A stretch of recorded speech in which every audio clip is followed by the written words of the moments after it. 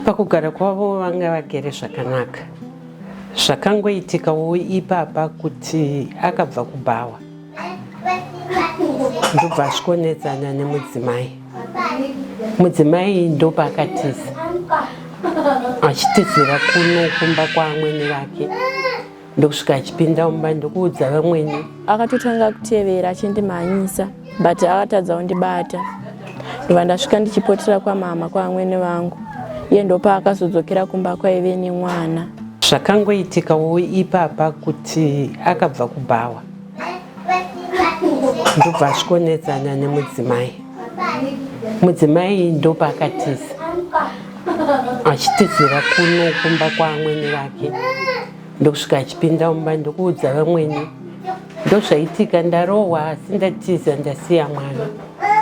Saka vamweni vacho vakandifonera, amai uyai, muzukuru wenyu arova mukadzi atiza akasiya mwana. Ndikati arega ndiuye. Ndobva ndakasvika ndichingopinda mumba ndakamira padhoo ndisati ndambotaura navo kuti tinzwe kuti nyaya idzi dzafamba sei. Ndopa akabva anoka dhoo muzukuru mukomana. Ndobva ndavhura dhoo ndokumuona akamira padhoo akabata mwana. Mwana anga asina heti, asina kana jira rakafugidzwa. Ndobva ndakamuti naiwe unouya nemwana asina kufuga kudai, kana heti haana, kana jira rekuti umubatise haana, iye haana kudaira. Ndobva ndakatora mwana kwaari. Ndatora mwana kudaro, mwana uyu akabva angorengura musoro kuratidza kuti mwana hasi mupenyu. Ambuya vemwana ndopa vakati amai mwana afa uyu. Ndobva vatanga kuchema vese, amai vemwana naambuya vemwana. Ava baba vemwana vachibva vaenda kudaro. Akatora chinguva zvokuti takasara tikagara tikatofonera mapurisa. Ndobva akadzoka zvikanzi gogo mati mwana afa. Ndikati zvikanzi motofonera mapurisa. Ndauya vandisungi imedha kai yandaita ndatouraya. Asi zvaitika nokudhakwa kwandakaita uku ndanga ndatirega nditevere nemwana. Ndobva ndapunzika ndokutsidzira mwana. Saka ndobva aenda. Takazosara tikagara, mapurisa ndokuuya. Ndobva vatora mastatement avo. Vachipedza ndobva vati handei kumba kwacho. Ndobva vaenda vakaenda. Ndopavakanomuwana ariko kumba. Ndobva vauya naye. Ndobva vati taakuenda. Ndomamirire nyaya dzacho. Pakugara taigara hedu zvakanaka. Ina akadhakwa itomboti kana akadhakwa aisvika otorara.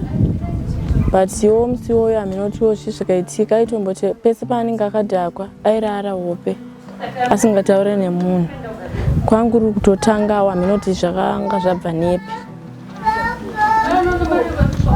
Saka tikati chii chakaitika musi murondedzero kuti mukarondedzera kuti muzosvike pakuzouya kumba manetsana kuda kuna vatariri vangada kunzwisa nyaya yacho kuti zvakambonyatsofamba sei pakutanga kwazvo. Chii chakanyatsoitika musi uyu? Zvaitika ndezvekuti inda ndatorara nenzanza tokumapasti 10 kana sikakanganisi dzemanheru. Saka akangobva kubhawa akadhakwa ndokusvika ndobva angototanga kupopota. Ndakwanisa kudaira ndaramba ndakanyarara. Ndobva atanga kupopota zvikanzi kubva nhasi hauchaende kwamama ikoko, hauchakuende, uri kuzvinzvere zvandiri kutaura achipopota. Handina kukwanisa kumudaira. Saka akabva atotanga kundirova achiti uri kutondiignore. Ndobva atotanga kundirova ndakwanisa kusimuka ndichienda munext room. Ndaenda munext room. Ndobva adzokera mubedroom yamama nemwana anga akuchema anzwa noise.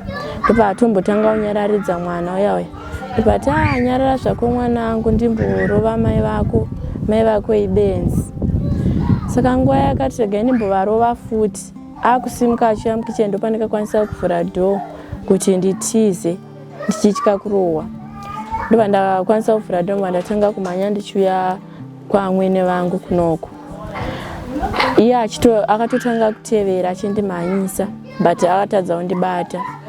Ndobva ndasvika ndichipotera kwamama kwamwene vangu. Iye ndopa akazodzokera kumba kwaive nemwana. Pandikasvika ndichiexplainira mama zvanga zvaitika, ndobva kuti arega tifonere gogo vauye vainotora mwana wacho. Ndobva vafonera gogo. Gogo havanambotorawo nguva, ndobva vasvika kwamwene vangu. Vasvika vachingopindawo mumba vachivhara dhoo. Iyo murume wangu achinoka dhoo akatobata mwana. Gogo ndobva mutomuti ko iwe unouya nemwana here asina kana jira kana heti kana tauro zvaro kuti umuputire kana juzi. Haana kukwanisa kudaira. Gogo ndobva tichiunza mwana wacho kuno. Gogo vachitambira mwana. Mwana anga autorembedza musoro zvekutoratidza kuti apa sisina.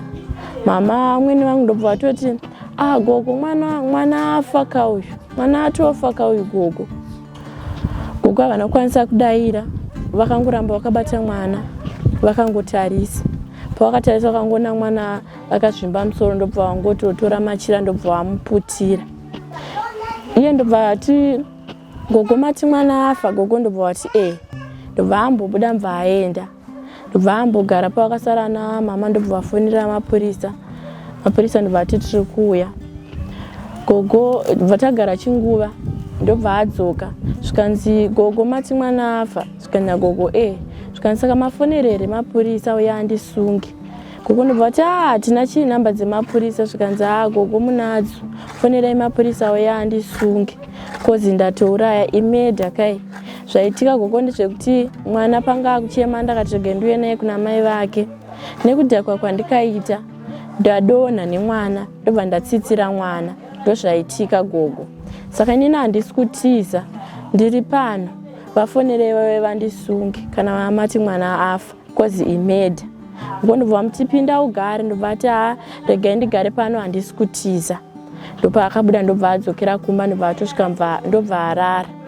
Mapurisa paakasvika ndobva haana kuzotorawo nguva ndobva asvika. Ndobva vatanga kutora mastatements. Vatora mastatement ndobva vati hande tinoona kwaitikira zvinhu.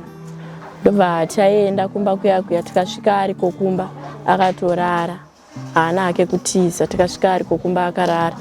Ndopa vakamutora ndobva vadzoka naye ndobva vauya naye nekunoko kumba kwamwene vangu. Ndobva vachimutakura ndobva vaenda naye. Ndozvakaitika. Tingati mwana anga akuru zvakadii? Mwana anga ane 3 months. Akatosvitsa 3 months musi wa4 August. Ndobva akasvitsa 3 months. Muongororo yana chiremba wemazvikokota pambo here neongororo yati yaitwa kuti zvizikanwe kuti havangati mapostmortem kuti chingave chiri chikonzero chekuti mwana azosvika pakushaika. Postmortem takaenda nemwana kuparira nyatwa musi weTuesday. Ndobva zvanzi munodzoka mangwana vachirevera Wednesday. Zvikanzi muna mangwana makuseni na 7. Ndobva vamuka vachienda vakaenda vacho. Ndobva vanzi postmortem chaiitwa musi wa30 August. Saka isati yaitwa. Saka tisati tanyatsoziva kuti zvakamira sei. Yakanzi musi wa30 August. Alright. Aiwa. Tine urombo zvikuru nechitiko chakaitika kuda vanenge vachiri kumboferefeta kuti nyaya dzinedzi